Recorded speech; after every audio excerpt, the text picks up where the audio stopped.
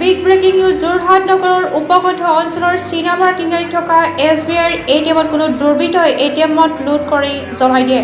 পুৱা কাষৰ দোকানীজন অহাৰ পিছত ATMটো জ্বলি পৰি থকা দেখি স্থানীয় চিনামাৰ আৰক্ষীক খবৰ দিয়ে আৰু আৰক্ষী উপস্থিত হৈ যোৰহাটৰ সদৰ আৰক্ষীক খবৰ দিয়ে। বৰ্তমান সদৰ আৰক্ষী উপস্থিত হৈ তদন্ত আৰম্ভ কৰি আছে।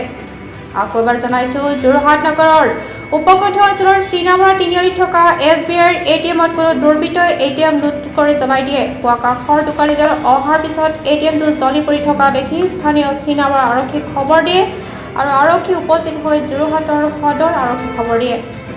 বৰ্তমান সদৰ আৰক্ষী উপস্থিত হৈ তদন্ত আৰম্ভ কৰি আছে। শৰ্ট চাৰ্কিটৰ ফলত হোৱা নাই, শৰ্ট চাৰ্কিটৰ ফলত নাই, জ্বলাই দিয়ে, ওলাই পৰিছে। আপোনালোকে দেখিছে বোধহয়। প্ৰফেশ্যনেল হেৰি হ'ব, তেওঁলোকেতো মানে ইকুইপমেণ্ট লৈ আহিছে, ইকুইপমেণ্ট লৈ আহি পেলাই পইচা উলিয়াই লৈ লৈছে আৰু কাটি মেলি। কিমান টকা কেছ আছিল, কিবা তথ্য আছে? আমি মানে চাই আছোঁ, ইমিডিয়েটলিটো চাওক পৰা নাযাব, আমাৰ চিষ্টেমত ওলাই যাব। আজিতো বন্ধ আছিলতো। হয়,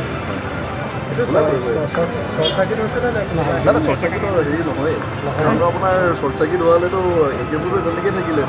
এনেই নৰ্মেল আপোনাৰ ATMটো কেতিয়াও আপোনাৰ জ্বলাই হেৰি কৰিব নোৱাৰে, কাৰণ ফায়াৰ প্ৰুফ কেছ থাকে, তাৰ ভিতৰত আমাৰ ছেফলি মানে পইচাখিনি থাকে। ইয়াত পইচাও জ্বলিছে বুলি কৈছে, মানে এইটো আপোনাৰ যিটো দেখা গৈছেতো বস্তুটো জ্বলি যোৱা দেখিছোঁ। সকলো নথি ভিতৰৰ সকলো নথি জ্বলি গৈছে। মানে এইটো দুষ্কৃতিকাৰীয়ে জ্বলাই দিয়ে। জ্বলাই দিয়া নাই, এইটোতো লুট কৰিছে।